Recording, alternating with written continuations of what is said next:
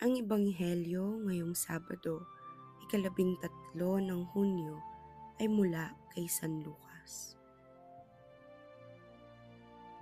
Taon-taon, tuwing pista ng Pasko, ang mga magulang ni Jesus ay pumupunta sa Jerusalem.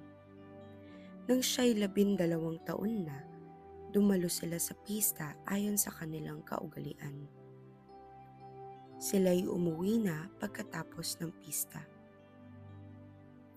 Ang batang si Jesus ay nagpaiwan sa Jerusalem, ngunit hindi ito napansin ng kanyang mga magulang. Sa pag-aakalang siya ay kasama ng pangkat, nagpatuloy sila sa maghapong paglalakbay. Pagkatapos, siya ay hinanap nila sa kanilang mga kamag-anak at mga kakilala, ngunit hindi nila natagpuan si Jesus. Kaya't bumalik sila sa Jerusalem upang doon maghanap.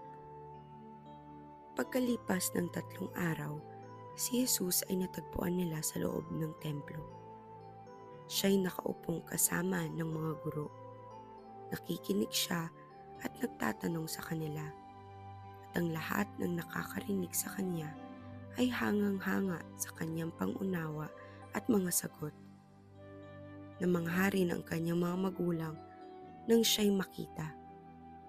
Sinabi ng kanyang ina, "Anak, bakit mo naman ginawa ito sa amin? Lubha ang aming pag-aalala ng iyong ama sa paghahanap sa iyo." Sumagot si Jesus, "Bakit po ninyo ako hinahanap? Hindi po ba ninyo alam na ako'y dapat mamalagi sa bahay ng aking ama?" Ngunit hindi nila naunawaan ang sinabi niyang ito. Siya'y sumama sa kanila pauwi sa Nazaret at siya'y naging masunurin sa kanila. Ang lahat ng bagay na ito ay iningatan ng kanyang ina sa kanyang puso. Ang nagsulat ng ating Faithful Reflection ngayong araw ay si Brother Vic Escandor ng FGS, Lost and Found.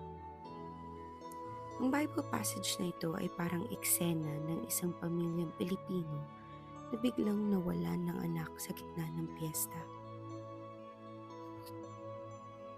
Imagine the fear of Mary and Joseph. 3 araw na paghahanap, walang tulog, halo-halo ang nararamdaman, and then guilt and panic sets in. Saan tayo nagkulang? Bakit hindi natin napansin? Ang sakit sa dibdib ng isang magulang na hindi alam kung nasaan ang anak.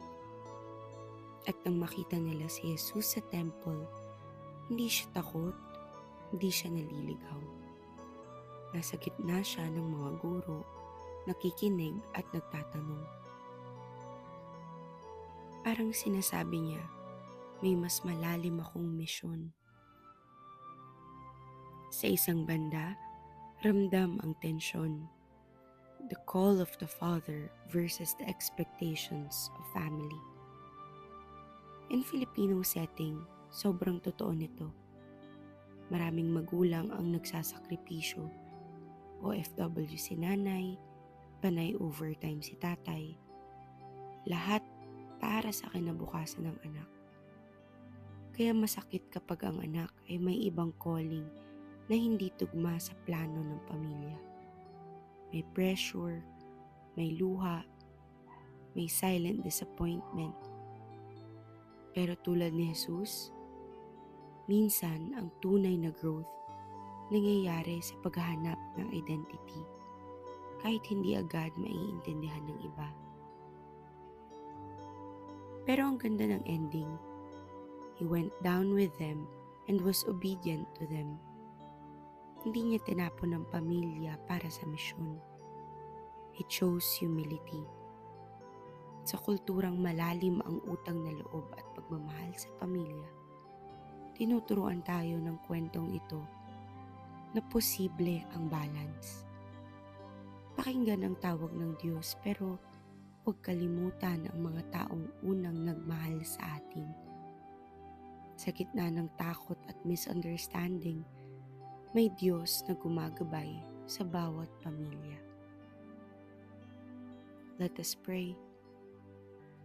Lord, guide every family to discover your will.